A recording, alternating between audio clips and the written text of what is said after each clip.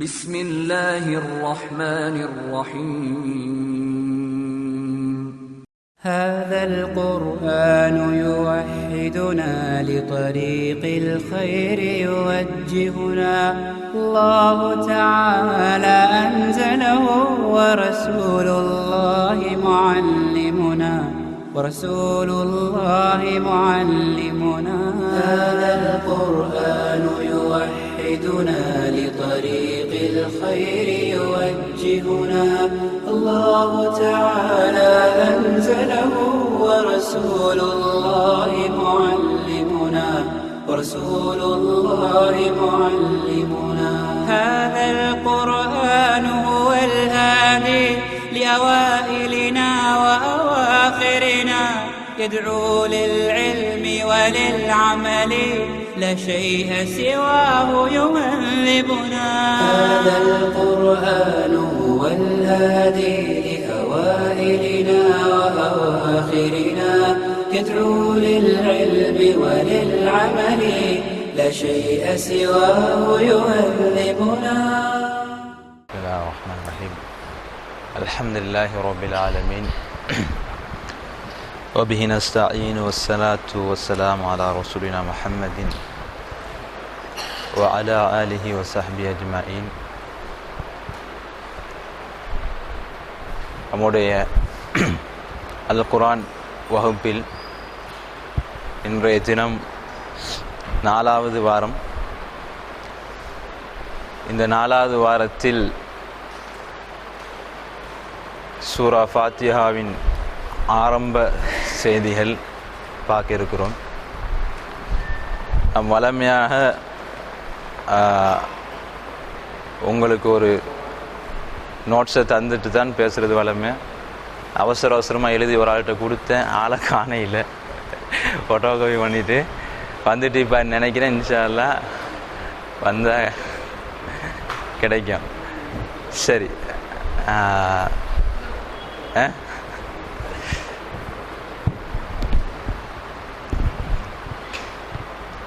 சரி, இது 4வது வாரமாக இருந்தால், நம்மளுடைய பாடத்தில் 4வது வாரமாக இருந்தாலும் பாடநெறி மூலமாக 2வது வாரம் தான் நம்ம படிக்க போகிறோம். முதல் வாரத்தில் உங்களுக்கு சொல்ல வேண்டிய செய்தி தான் 3 வாரத்துக்கு பெருசாக நம்ம பார்த்துருக்குறோம். சரிதானே? பாடத்திட்ட அமைப்பின்படி 2வது வாரம், நம்ம நடத்துறதுபடி என்ன 4வது வாரம். சரி, நோட்ஸ் எடுங்க, அதுக்கப்புறம் மற்றது பார்ப்போம். நோட்ஸுண்டா கையால் எழுதுன அவசரமாக பெருசாக அலைங்காது. இதை இன்ஷால்லாம் திருத்தி அடுத்த வாரத்துக்கு இடையில் சரியான முறைக்கு நம்ம இந்த பாடத்தினுடைய முழுமையான செய்திகளை தருவோம். ரொம்ப சுருக்கமாக தான் இருக்குது, ஆனால் பாடம் கொஞ்சம் விரிவாக இருக்கும்.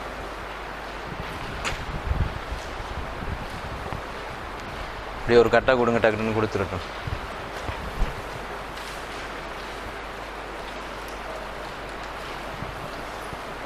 ஒரு 2-3 பேர் சேர்ந்து பாருங்க, எல்லாம் ஃபுல்லாக அடிச்சுக்குதா? 20 தானா?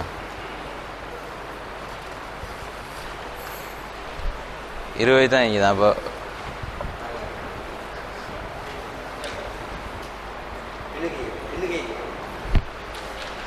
அப்படியே இங்கிட்டு வாங்க, இங்கிட்டு வாங்க, நெருங்கிக்குவோங்க.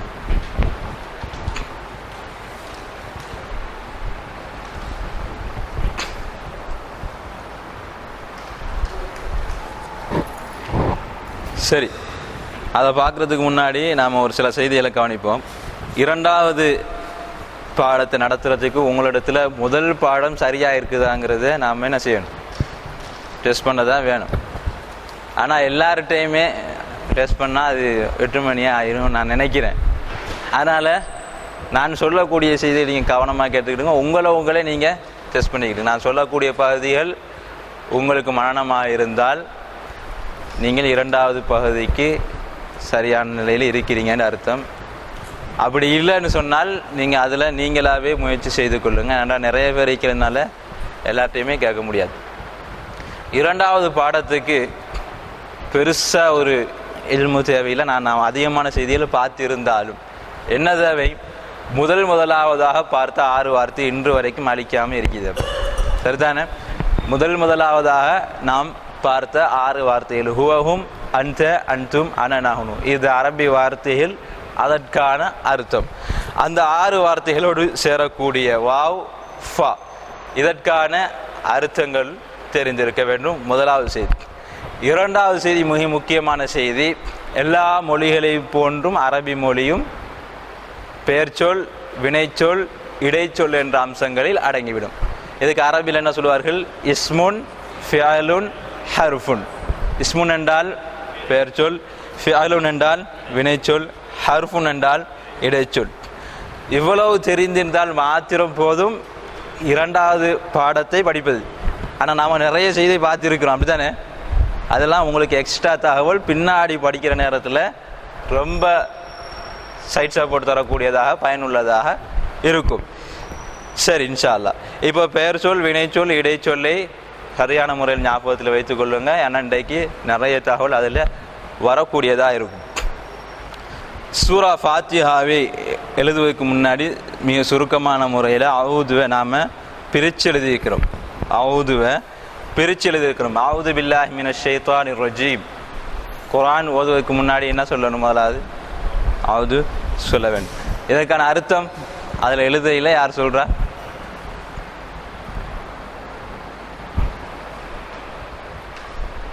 அவுது பில்லாஹி மினஷ் ஷைத்தானிர் ரஜீம். இதுக்கான அர்த்தம் மொழிபெயர்ப்பு.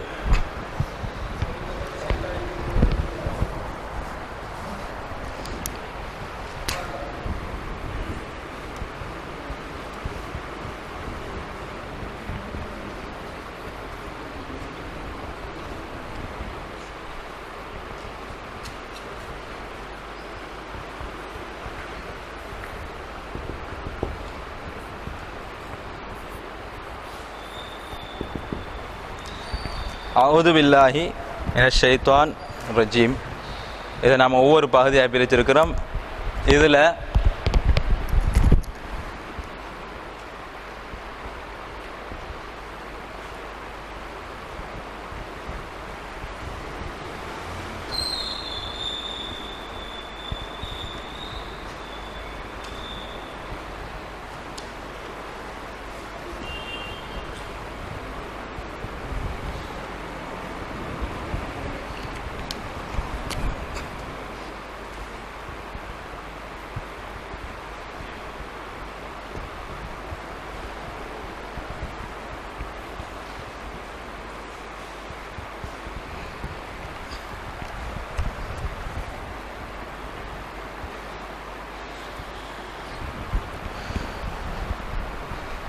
அவுது இதில் நான் அதிகமான தகவல்கள் சொன்னால் அதை நீங்கள் முடியுமான அளவுக்கு அதை சேர்த்து கொள்ளுங்க. முக்கியமாக கவனிக்க வேண்டியது, நான் பிரிக்கக்கூடிய வார்த்தையில் இதில் 2 எழுத்து இருக்குது, 2 வார்த்தை இருக்குதுன்னு சொன்னால் அதை நீங்கள் கவனமாக செலுத்தணும். அந்த 2ஐயும் பிரித்து இதுக்கு இதுதான் அர்த்தம் என்று சொன்னால் அந்த அர்த்தத்தையும் கவனிக்க வேண்டியதுதான் செய்யுது. காலம், தன்னிலை, உரிமை, ஆண்பால் என்று சொன்னால் உங்களுக்கு முடியுமா இருந்தால் அதை சேர்த்து கொள்ளுங்க. அது ரொம்ப கஷ்டமாக இருந்தால் நினைச்சிங்க அதெல்லாம் விட்டுட்டு மிக கவனம் செலுத்த வேண்டியது என்ன? அர்த்தம். இந்த வார்த்தைக்கு இதுதான் அர்த்தம் என்பதை சரியான முறையில் நினைவில் வச்சுக்க.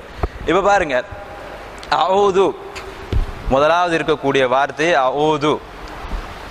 எதுக்கு சொல்லுவார்கள்? தன்னிலை ஒருமையான நிகழ்காலமான வார்த்தை என்று சொல்வார்கள். தன்னிலை ஒருமை நிகழ்காலம். அர்த்தத்தை பார்த்தாலே தெரிந்து கொள்ளும். நான் பாதுகாவல் தேடுகிறேன். நான் என்பது ஒருமை தன்னிலை, தேடுகிறேன் என்பது காலத்தால் நிகழ்காலமான செய்தி. சரியாக அர்த்தத்தை மட்டும் கவனித்தால் அதில் காலம் எல்லாமே உங்களுக்கு தெரியக்கூடியதாக இருக்கும். சரி, இப்போ ஒரு செய்தியை நாம் முதல்ல சொல்கிறோம், நான் பாதுகாவல் தேடுகிறேன். இப்போ சில கேள்விகள் வரலாம். எதிலிருந்து, யாரிடம், எதற்காக என்ற பல கேள்விகள் வரும். அந்த கேள்விக்கான அடுத்த பதில் பில்லா. யாரிடம்? அல்லாஹ்விடம். இப்போ அல்லாஹ் என்பது முதலாவது இது காலம் சம்பந்தப்பட்டது, செயல் சம்பந்தப்பட்டதனால் இது ஃபியால் வினைச்சொல், சரிதானே? நிகழ்காலமாக இருக்குது. பாதுகாவல் என்ற ஒரு செயலையும் குறிக்கக்கூடியதா. பில்லாஹி அல்லாஹ்விடம். அல்லாஹ் என்பது அல்லாஹுடைய பேர். அந்த இடத்தில் இந்த வினை சொல்லையும் இந்த பெயர் சொல்லையும் சேர்த்து ஒரு செய்தி உருவாகுவதற்காக வேண்டி என்ன செய்து ஒரு இடைச்சொல் சேர்ந்திருக்கிறது. பில்லா, அந்த பாவுக்கான அர்த்தம் சிறிய சிறிய அர்த்தங்களை தரக்கூடியதாக இருக்கும். நாம் என்ன பார்த்திருக்கிறோம்? விடம், கொண்டு, இக்காக என்ற அர்த்தங்களை நாம் பார்த்திருக்கிறோம். இப்ப என்ன அர்த்தம் இங்க வருது? அல்லாஹ் விடம் அல்லது அல்லாஹ்வை கொண்டுன்னு சொல்ல முடியாது. அல்லாஹ் விடம் என்பது சரியான அர்த்தமாக இருக்கும். நான் பாதுகாவல் தேடுகிறேன் அல்லாஹ்விடம். அப்ப இந்த பாவுக்கு விடம் என்ற அர்த்தம் இந்த இடத்துல வருது. அதனிடத்தில் அப்படின்ற அர்த்தங்களை தரக்கூடியதாகவும் இருக்கும். அப்ப பா என்பது ஹர்ஃபுன், மேலே போட்டிருக்கிறோம். இந்த பா ரெண்டாவது பிரிச்சிருக்கிறோம். அல்லாஹ்வில் சேர்ந்தது தான் பா. பா ஹர்ஃபானது. அல்லாஹ் என்ற வார்த்தை இஸ்முன். அல்லாஹ் என்ற வார்த்தை இஸ்முன். இப்போ பாருங்க, அஊது நான் பாதுகாவல் தேடுகிறேன், பில்லா அல்லாஹ்விடம். இதில் கவனிக்க வேண்டிய செய்தி, அஊது அப்படிங்கிறது நிறைய இடத்துல வரக்கூடியதாக இந்த வார்த்தையில் இருக்கும். இன்னும் வாரங்கள் செல்ல செல்ல இதனுடைய பன்மைகள் எல்லாம் நம்ம படிப்போம். சில நேரங்களில் ஒரு சில தவறான செய்திகளை கேள்விப்பட்டால் பொதுவாக நாம் சொல்லுவோம் நவுது பில்லா, கேள்விப்பட்டிருப்பீங்க. அலிஃபை நீக்கிட்டு என்ன போடுவாங்க அங்கே? நூன். நவுது பில்லான்னு கேள்விப்பட்டிருக்கீங்க தானே? அது இதனுடைய பன்மை. அது எப்படி வந்ததுங்கிறதெல்லாம் சில பின்னாடி பார்ப்போம். அஊது பில்லா என்றால் நான் அல்லாஹ்விடம் பாதுகாவல் தேடுகிறேன். இதில் நான் பாதுகாவல் தேடுகிறேன் என்பது இந்த அஊது என்ற வார்த்தையில் மட்டும் அடங்கிவிட்டது. பில்லாஹ் அல்லாஹ்விடம். பா என்பது இடைச்சொல், அல்லாஹ் என்பது பெயர்ச்சொல். இப்போ அடுத்த செய்தி மினஷ் ஷைத்தான். மினஷ் ஷைத்தான். இதில் மின் என்பதும் என்ன சொல்? இடைச்சொல். இதுக்கு முன்னாடி நாம் பார்த்துருக்கோம். மின்னுக்கு என்ன அர்த்தம் பார்த்தோம்? இருந்து என்ற அர்த்தம் பார்த்தோம். நான் அல்லாஹ்விடம் பாதுகாவல் தேடுகிறேன் என்றால் இதுவரைக்கும் எதிலிருந்து என்ற செய்தியை நாம் சொல்லவில்லை. சொல்ல இல்லை தானே? அடுத்ததாக சொல்லுகிறோம் மினஷ் ஷைத்தான். யாரிலிருந்து? ஷைத்தானில் இருந்து. ஷைத்தான் என்பது ஷைத்தானுடைய பெயர். அது பெயர் சொல்லாவே இருக்கிறது. அந்த செய்தியை தெளிவுபடுத்துவதற்காக வேண்டி ஒரு இடைச்சொல் சேர்ந்திருக்கிறது. அது மின்.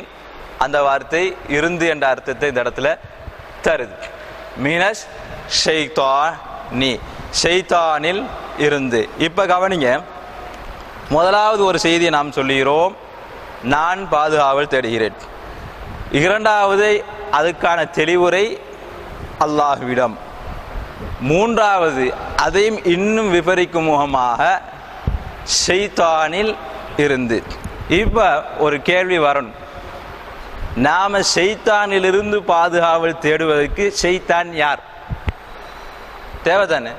ஒரு ஆள்கிட்ட நாம் ஒரு செய்தியை சொல்லிடுறோம், அவன் பொல்லாத மனுஷன் அப்படின்னு சொல்லுவான். இல்லாட்டி இல்லை அவன்கிட்ட நாம் போகிறது இல்லைன்னா அவர் திருப்பி கேட்பார், ஏன் அப்படின்னு கேட்பார். ஒரு கேள்வி, அவரை பற்றி ஒரு தகவல் வேண்டும்.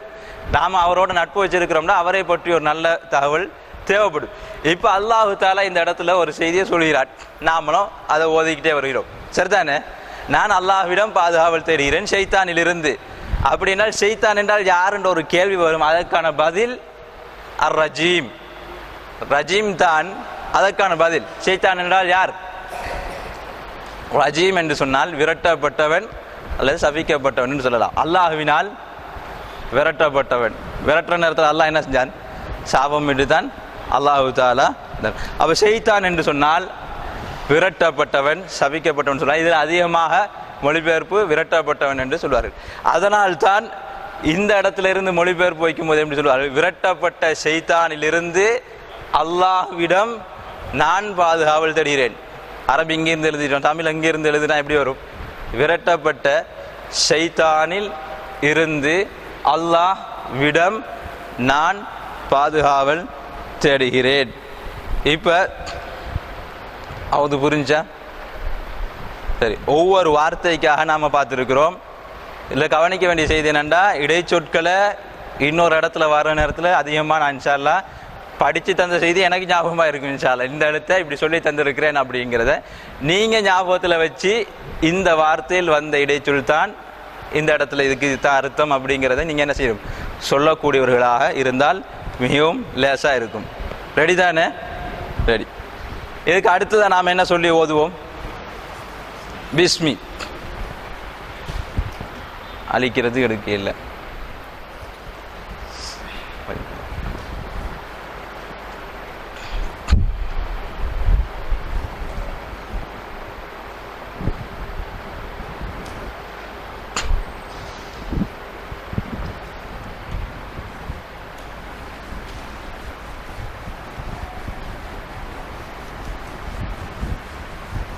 இன்றைக்கு நிறைய தகவல் இருக்கிறதுனால கொஞ்சம் இதாக பார்ப்போம். தெரிஞ்ச செய்திங்கிறதுனால சுருக்கமாக பார்த்து புரியலைன்னு சொன்னால் சொல்லிட வேண்டியதான். அடுத்த வாரம் அது சம்பந்தமான ஒரு சில தகவல்களை பார்த்துட்டு பார்க்கலாம்.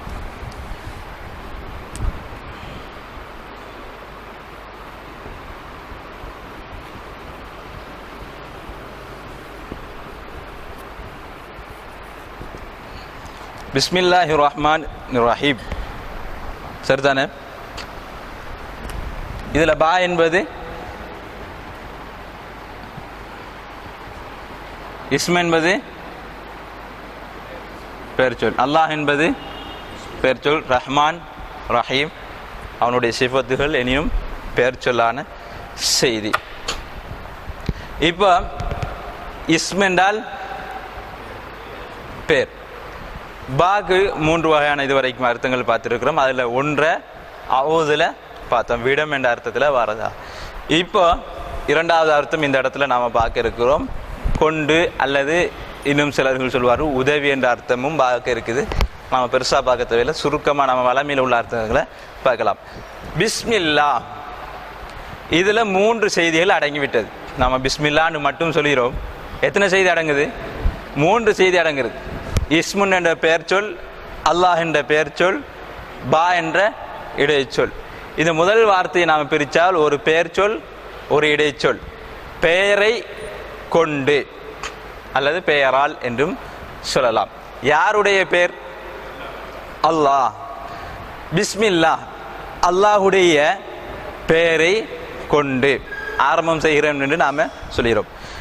அது இயல்பா தமிழில் வரக்கூடியது. அரபியில் அங்கனைக்கில் ஆரம்பம் செய்கிறங்கிறதெல்லாம் இல்லை. இப்போ பிஸ்மில்லா அல்லாஹ்வின் பெயரை கொண்டு ஆரம்பம் செய்கிறேன். அப்படி என்றால் அல்லாஹ் என்றால் யார் என்ற ஒரு கேள்வி அங்கனைக்கில் வரும். வருமா இல்லையா? வரணும். ஏன் நீங்கள் அல்லாஹ்வை முற்படுத்துகிறீர்கள்? அப்படியா? இங்கே அவதுவை பார்த்துக்கிட்டே வந்தோம். அல்லாஹ்விடம் பாதுகாவல் தேடுகிறேன் சைத்தானிலிருந்து. அப்படின்னா சைத்தான் என்றால் யார் என்ற செய்தியை சுருக்கமாக அல்லாஹ் ரஜீம்ங்கிறத சொல்லிட்டார். இந்த இடத்துல அல்லாஹ் என்றால் யார் என்பதை 2 பகுதியாக அல்லாஹ் சொல்கிறார். அப்படித்தானே? 2 பகுதியாக சொல்கிறார். ரஹ்மான் ரஹீம். ரஹ்மான் என்றால்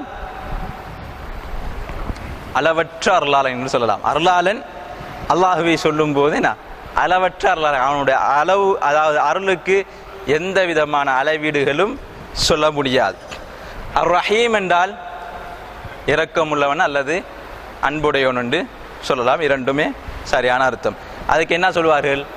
அவனுடைய அன்புக்கும் இரக்கத்துக்கும் யாருடைய அன்பையும் இரக்கத்தையும் ஈடாக்க முடியாது. அதனால் நிகரற்ற அன்புடன் என்று மொழிபெயர்ப்பார்கள். அதுவும் தவறு கிடையாது, மிக சரியானது தான்.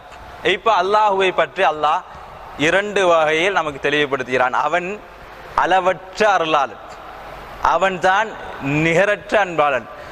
அவனுடைய பெயரை கொண்டு நான் எனது காரியத்தை ஆரம்பம் செய்கிறேன் என்று சொல்லுவோம். இதில் பா நாம் முன்னாடி அவுது பில்லாஹில் படித்த பா இடைச்சொல்லானது. இஸ்மின் என்பது புதுசாக படிக்கிறோம். புதுசான்றால் அவுதில் இல்லை, சரியா? பெயர் சொல். அல்லாஹ் என்பது அவுதில் இதுக்கு முன்னாடி நாம் படித்தது பெயர் சொல். ரஹ்மான் என்பது பெயர் சொல், அல்லாஹுடைய சிஃபத்து. ரஹீம் என்பதும் அவனுடைய சிஃபத்தானது. அளவற்ற அருளாளன், நிகரில்லா அன்பாளன். இப்போ அல்ஹம்த படிக்கிறதுன்னு சொன்னால் அல்ஹம்துலில்லாஹி ரப்பில் ஆலமீன் அர் ரஹ்மான் அர் ரஹீம் நீங்கள் படிக்கிறதா இருந்தால் அல்ஹம்துக்கு நீங்கள் தெரிஞ்சு கொள்ள வேண்டியது இருக்கும், சரியா? அல்ஹம்துலில்லா இதுக்கு முன்னாடி நாம் லாம் படிச்சிருக்கிறோம், அல்லாஹ் என்ற வார்த்தையும் படிச்சிருக்கிறோம். அப்படித்தானே? லாம என்னென்னு படித்தோம்? இடைச்சொல்லில் சுருக்கமான முறையில் நாம் படிச்சிருக்கிறோம். சரி, அல்ஹம்துலில்லாஹி ரப் என்ற வார்த்தையை நாம் இதுக்கு முன்னாடி படித்தோமா? இஸ்முனில் படித்தோம். ஆலமீன் என்று சொன்னால் அதை இதுவரைக்கும் படிக்கவில்லை. இப்போ படிக்காதது அல்ஹம்து நம்ம இந்த பாடத்தில் ஆலமீன், அர் ரஹ்மான் அர் ரஹீம் படிச்சிட்டோம், சரிதானே? சரி, இப்போ அல்ஹம்துலில்லாஹி ரப்பில் ஆலமீன் என்ற வார்த்தைக்கு அர்த்தத்தை பார்க்கறதுக்கு முன்னாடி ஒரு செய்தியை சுருக்கமாக கீழே பார்த்துட்டு அந்த வார்த்தைக்கு வரலாம். என்ன வார்த்தையை போட்டிருக்கிறோம்? ஒரு 6 வார்த்தைகள் நாம் போட்டிருக்கிறோம். 6 வார்த்தைகள்: முஸ்லிம், முஃமின், காஃபிர், சாலிஹ், காஃபிர், முனாஃபிக், முஷ்ரிகா. 6 வார்த்தைகள் நாம் போட்டிருக்கிறோம். இதில் ஒரு சிறிய பயிற்சியும் இருக்குது. இந்த பயிற்சியை கொஞ்சம் கவனம் செய்து இதுக்கு முன்னாடி படித்த இந்த ஹுவஹும் அன்த அன்தும் அனன்னஹும் என்ற 6 வார்த்தைகளோடு வாவ் ஃபா என்ற 2 வார்த்தைகளோடு ஒரு சிறிய பயிற்சி. ஆனால் நீங்கள் சொல்லக்கூடியவர்களாக இருந்தால் மிகவும் சிறப்பானதாக இருக்கும். முதலாவது வார்த்தையை மட்டும் நான் மாற்றி காட்டுறேன். நான் இங்கே எழுதியிருக்கிற இந்த 6 வார்த்தைகளும் ஒருமையான வார்த்தைகள். ஒருமை பன்மை இருக்குது தானே, அதில் ஒருமையான வார்த்தை.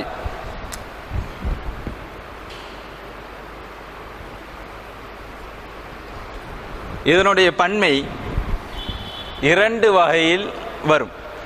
இதுக்கு பன்மை 2 வகையில் வரும்.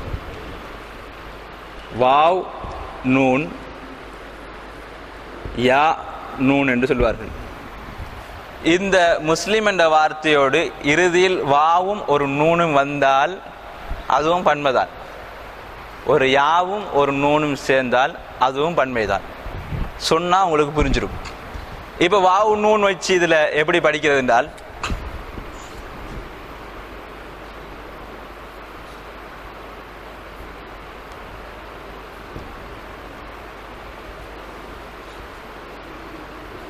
முஸ்லி மூன் அல்லது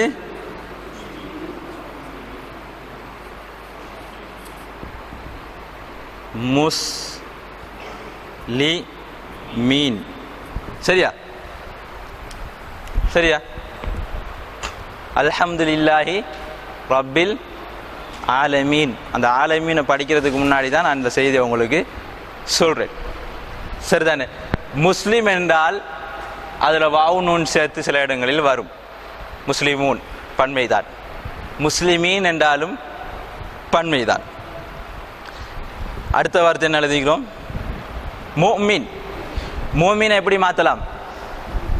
முஃமினூன், முஃமினீன். மாஷா அல்லாஹ். அடுத்த வார்த்தை சாலிஹ், சாலிஹூன், சாலிஹீன். அடுத்தது காஃபிர், காஃபிரூன், காஃபிரின். குல் யா அய்யுஹல் காஃபிரூன் அல்லது காஃபிரீன், இரண்டுமே சரியான வார்த்தைகள். அடுத்தது முஷ்ரிக், முஷ்ரிகூன், முஷ்ரிகீன். முனாஃபிக், முனாஃபிகூன் அல்லது முனாஃபிகீன். இப்போ முஸ்லீம் என்றால் என்ன அர்த்தம்? விசுவாசி அல்லது கட்டுப்பட்டவன். விசுவாசி என்று சொல்வதை விட கட்டுப்பட்டவன் என்று சொல்ல. முஃமின் என்றால் விசுவாசி, இறை விசுவாசி என்று சொல்வார்.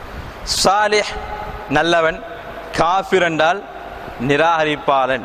முஷ்ரிக் என்றால் இணை வைக்கக்கூடியவன். முனாஃபிக் என்றால் நயவஞ்சகன். சரிதானே? ரெடி? இப்போ இங்கே ஒருமை பன்மை, ஒருமை பன்மை இருக்கு, அப்படித்தானே? ஹுவ ஒருமை, ஹும் பன்மை. அந்த ஒருமை, அன்தும் பன்மை. அன ஒருமை, நஹ்னு பன்மை. நஹ்னு என்பது பன்மை, நாங்கள். இப்போ ஒரு ஆள் அவர் சொல்ல போறாரு, நான் நல்லவன், நான் நல்லவன். மேலும் இந்த மேல எழுதிக்கிறேன், சரியா? மேலும் அவன் இணை வைப்பவன் என்று சொல்வதாக இருந்தால் என்ன சொல்லலாம்? நான் என்று சொல்வதற்கு அன. நல்லவன் என்றால் சாலி, சரியா? அன சாலி, நான் நல்லவன். மேலும் அவன் வஹுவ என்ன வார்த்தை சொன்னோம்? இணை வைப்பவன், முஷ்ரிக். வஹுவ முஷ்ரிக். நீங்கள் நிராகரிப்பாளர்கள் என்று சொல்வதாக இருந்தால் முன்னிலை பன்மை. அன்தும் நிராகரிப்பாளர்கள், காஃபிரூன் அல்லது காஃபிரின் ஒரே அர்த்தம் தான். ஆனால் சில இடங்களில் வந்து அந்த அமைப்புக்கு ஏற்றவாறு வரும். எந்த இடத்துல எப்படி வரணுமோ அதுக்காக வேண்டி வரும். சில அது பின்னாடி படிச்சிடலாம். ஆனால் அர்த்தம் என்பது ஒரு நாளும் மாறாது. சரியா? அர்த்தம் ஒன்று தான். 2 வகையான பன்மை. அடுத்தது என்ன சொல்லலாம்? எனவே அவர்கள் நல்லவர்கள்,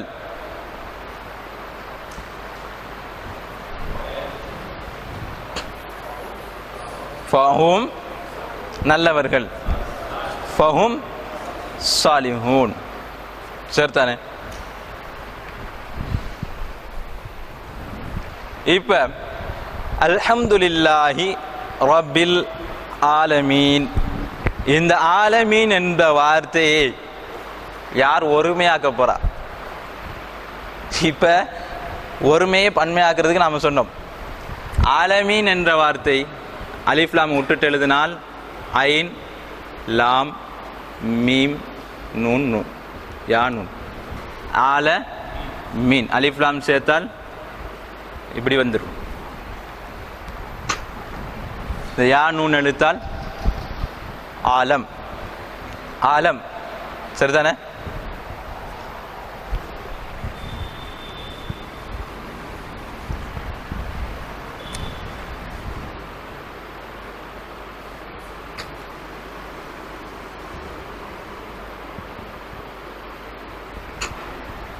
ஆபிதுண்டு வரும். ஆபித் வணங்கக்கூடியவன். இதனுடைய பன்மை ஆபிதூன் ஆபிதீன். ஆபிதூன் தெரியுமா? எந்த இடத்துல வருது?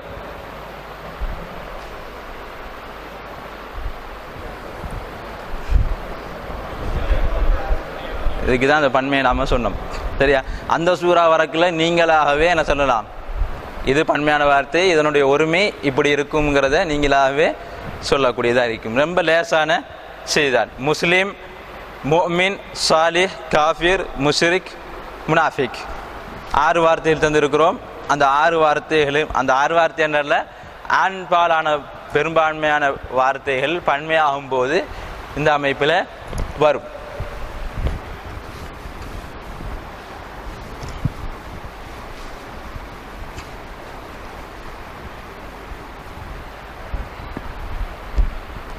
அடுத்து ஒரு 6 வார்த்தை எழுதியிருக்கிறோம். ஃபஅல, ஃபஅலு, ஃபஅல்த, ஃபஅல்தும், ஃபஅல்து, ஃபஅல்னா. நான் உங்களுக்கு போன வாரம் ஒரு தகவல் ஒன்று சொன்னோம். என்ன சொன்னோம்? ஒரு முக்கியமான 21 வார்த்தை ரொம்ப சரியான முறையில் படித்தால்தான் அவருக்கு அடுத்த இதுகள் படிக்கலாம்ங்கிறத நாம் சொன்னோம். அந்த 21 வார்த்தைகள் 6 வார்த்தையை இன்றைய தினம் அறிமுகப்படுத்தினோம். ஃபஅல, ஃபஅலு, ஃபஅல்த, ஃபஅல்தும், ஃபஅல்து, ஃபஅல்னா. இதை எப்படி படிக்கணும்டா?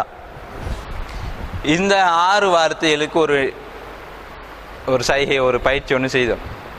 ஹுவ, அன்த, அன்தும், அனன், நஹ்னு. அதே மாதிரி இதையும் பலவிக்கலாம். ஃபஅல, ஃபஅலு, ஃபஅல்த, ஃபஅல்தும், ஃபஅல்து, ஃபஅல்னா. ஃபஅல என்றால் அவன் செய்தான். சரிதானே? ஃபஅலு அவர்கள் செய்தார்கள். ஃபஅல்த நீ செய்தாய். ஃபஅல்தும் நீங்கள் செய்தீர்கள். ஃபஅல்து நான் செய்தேன். ஃபஅல்னா நாங்கள் செய்தோம். இதில் பாருங்க, முன்னிலை ஒருமைக்கும் தன்னிலை ஒருமைக்கும் ஒரு சிறிய வித்தியாசம் தான் இருக்கும். ஃபஅல்த, ஃபஅல்து. சரிதானே? ஃபஅல்த என்றால் நீ செய்தாய். ஃபஅல்து என்றால் நான் செய்தேன். இதை ஏன் அப்படி சொல்கிறோம்டா, இதனுடைய நிகழ்காலம் வருங்காலம்லாம் நாம் இன்ஷால்லா படிப்போம். ஒரு சாம்பிளுக்கு சொல்கிறேன். சூரா ஃபாத்திஹா அதில் வரக்கூடிய ஒரு வார்த்தை அன் அம் ஏனென்று சொன்னால் ஈயாக்க நஅபுது வ ஈயாக்க நஸ்தஈன். க என்பது முன்னிலை ஒருமை. அல்லாஹ்வே நாம் தக்வீர் கட்டி தொழுகையில் முன்னிலையில் வச்சு தான் பேசுகிறோம். உன்னையே நாங்கள் வழங்குகிறோம், உன்னிடமே நாங்கள் உதவி தேடுவோம் என்ற வாக்குறுதி முன்னிலையில் வச்சு சொன்னோம். அதனால் அன்அம்த நீ அருள் புரிந்தாய், முன்னிலை ஒருமையான வார்த்தை, நீ அருள் புரிந்தாய். ஒரு ஆள் தூண்டு சொன்னா என்ன, நான் அருள் புரிந்தேன் என்ற அர்த்தம் வரும். அதற்காக வேண்டி இந்த உதாரணங்கள் நாம சொல்லியிருக்கிறோம். சூரா ஃபாத்தியா படித்து முடிகிறதுக்கு முன்னாடி இதனுடைய வருங்காலம் படிக்கணும். படித்தா தான் ரொம்ப சரியான முறையில் சூரா ஃபாத்தியா புரியலாம். சரி, இப்போ பாருங்க, ஃபால ஃபாலு, ஃபால்த ஃபால்தும், ஃபால்து ஃபால்னா. ஃபால என்றால் ஒன்று செய்தான், ஃபாலு ஃபால்த நீ செய்த, ஃபால்தும் ஃபால்து ஃபால்னா. இதை நீங்கள் பழக வேண்டிய ஒரு விதம் இருக்கு. எப்படி, நான் இன்னும் 2 வார்த்தை தான், அந்த வார்த்தைகளை இந்த 6 வார்த்தைகளை போன்று அந்த 6 வார்த்தைகளையும் நீங்கள் அந்த 2 வார்த்தைகளையும் மாற்றலாம். மாற்றி பழகும்போது உங்களுக்கு சிறப்பாக இருக்கும்.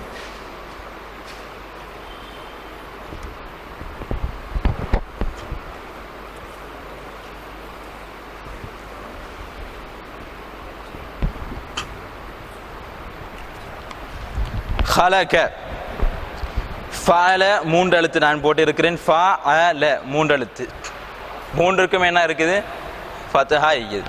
அதே மாதிரி தான் ஹலக 3 எழுத்து, 3 எழுத்துக்குமே ஃபத்ஹா இருக்கு. இதனுடைய பன்மை எப்படி போகும், ஹலகு ஹலக ஹலகு. முன்னிலை ஒருமை, ஃபால்த என்று இதோடு ஒரு எக்ஸ்ட்ரா ஒரு தா சேர்ந்ததை போன்று ஹலக் த, ஹலக் தும், ஹலக் தூ, ஹலக்னா. சரியா, அப்படிதானே? சரி சரி.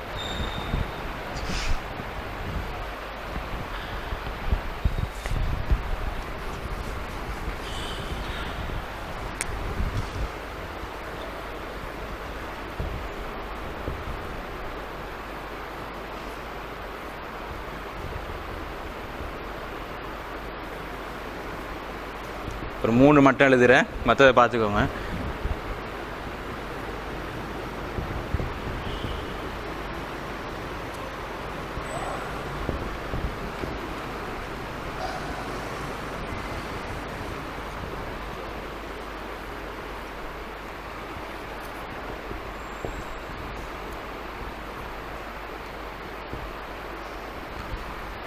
எப்படி இதனுடைய இறுதியில் மாற்றம் அடைந்து தன்மைகள் மாறுதோ, ஃபஅல என்பது ஃபஅலூன்னு போகும்போது இறுதியில் ஒரு மாற்றம் வந்துட்டு, சரிதானே, பன்மை. அதே மாதிரி ஹலக்க என்பது அதே போன்று தான் மாறும், ஹலகு. சரியா, இங்கே ஒரு வாவ் ஒரு அலிஃப் சேர்ந்ததை போன்று இங்கேயும் ஒரு வாவ் ஒரு அலிஃப் சேர்ந்து, இங்கே முன்னிலை ஒருமைக்கு ஒரு தா சேர்ந்ததை போன்று இங்கேயும் என்ன செய்யும், ஒரு தா சேர்ந்தது. ஃபால இது சரியா மனனத்தில் இருந்தால் அதுவும் மறந்து. ஃபால ஃபாலு, ஹலக ஹலகு, ஜால ஜஅலு, நஸர நஸரு, ரஸக ரஸகு. எந்த வார்த்தையாக இருந்தாலும் அதனுடைய அமைப்பிலே தான் பன்மையாக வரும். ஃபால ஃபாலு, ஃபஅல்த ஃபஅல்தும் ஒருமை பன்மை. ஹலக ஹலகு, ஹலக்த ஹலக்தும், ஹலக்து ஹலக்னா. சரிதானே? சரி. ஜஅல ஜஅலு, ஜஅல்த ஜஅல்தும், ஜஅல்து ஜஅல்னா. சரி, இப்போ நீங்கள் அடுத்த வாரத்துக்குள்ள செய்ய வேண்டிய வேலை என்னென்றால், எப்படி ஹுவஹும் அன்த அன்து மனனா ஹுனுவை மனனம் செஞ்சீங்களோ அதே போன்று இந்த ஃபஅல ஃபஅலு ஃபஅல்த ஃபஅல்தும் ஃபஅல்து ஃபஅல்னா இந்த 6 வார்த்தையில் மட்டும் மனனம் செஞ்சிருங்க. பாடமாக்கிட்டீங்கன்னு சொன்னால் அடுத்த வாரம் சூரா ஃபாத்திஹா படிக்கும்போது இன்ஷா அல்லாஹ் ரொம்ப லேசானதாக இருக்கும். இந்த ஒருமை பன்மையும் கொஞ்சம் கவனத்தில் வச்சுக்கிறேன். முஸ்லீம் முஸ்லிமூன் முஸ்லீம் என்று வார மாதிரி, முஷ்ரிக் என்றால் முஷ்ரிகூன் முஸ்ரிகீன். அதில் இந்த வார்த்தைகளை போட்டு பேசிக்கொள்ளலாம். நான் விசுவாசி, அவன் காஃபிர். நீங்கள் ஒரு முயற்சி செஞ்சு பார்க்கலாம். குர்ஆனில் வரும்போது கூட நிறைய இடங்களில் பார்க்கலாம். சரிதானே? சரி, முடிச்சிடுவோம். ஹலக என்றால் படைத்தான், ஃபஅல என்றால் செய்தான். ஹலக படைத்தான், ஜஅல என்றால் ஆக்கினான். அதனுடைய பன்மை செய்தார்கள். ஃபஅல்த நீ செய்தாய். அதெல்லாம் இல்லை. அதான் சொல்ல ரொம்ப சுருக்கமாக எழுதிட்டு வந்தேன். இங்கே வந்து தான் எழுதுனேன். இன்ஷா அல்லாஹ் அது நாளைய தினம் என்ன செஞ்சுருவோம், ஃபுல்லாக அடிப்போம்.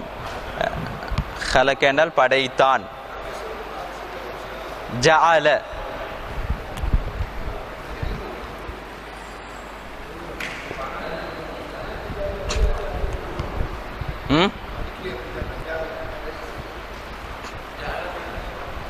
ஆக்கினான்.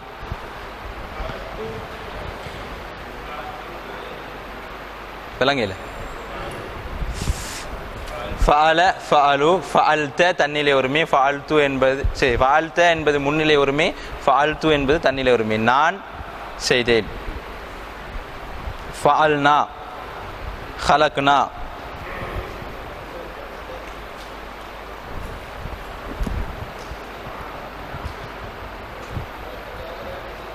அவ்வளோதான், 3 தான் சொல்லிக்க.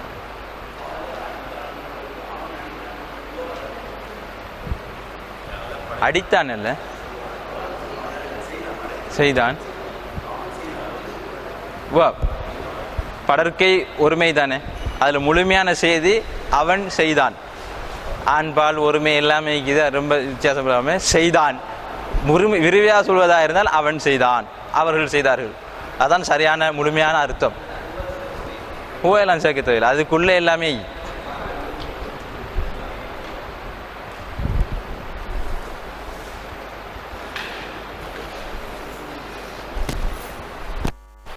சரி,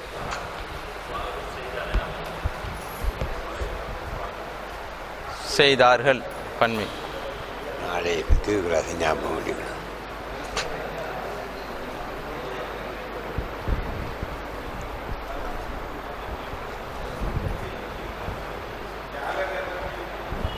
ஆக்கினான்.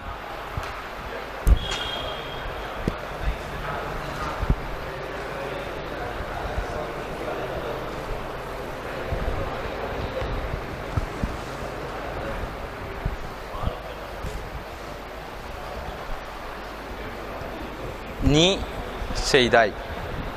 இறந்த கால வார்த்தை. ஃபால் என்ற செய்தான், ஃபால் தன நீ செய்தாய். நான் செய்தேன். ஃபால்னா நாங்கள் செய்தோம்.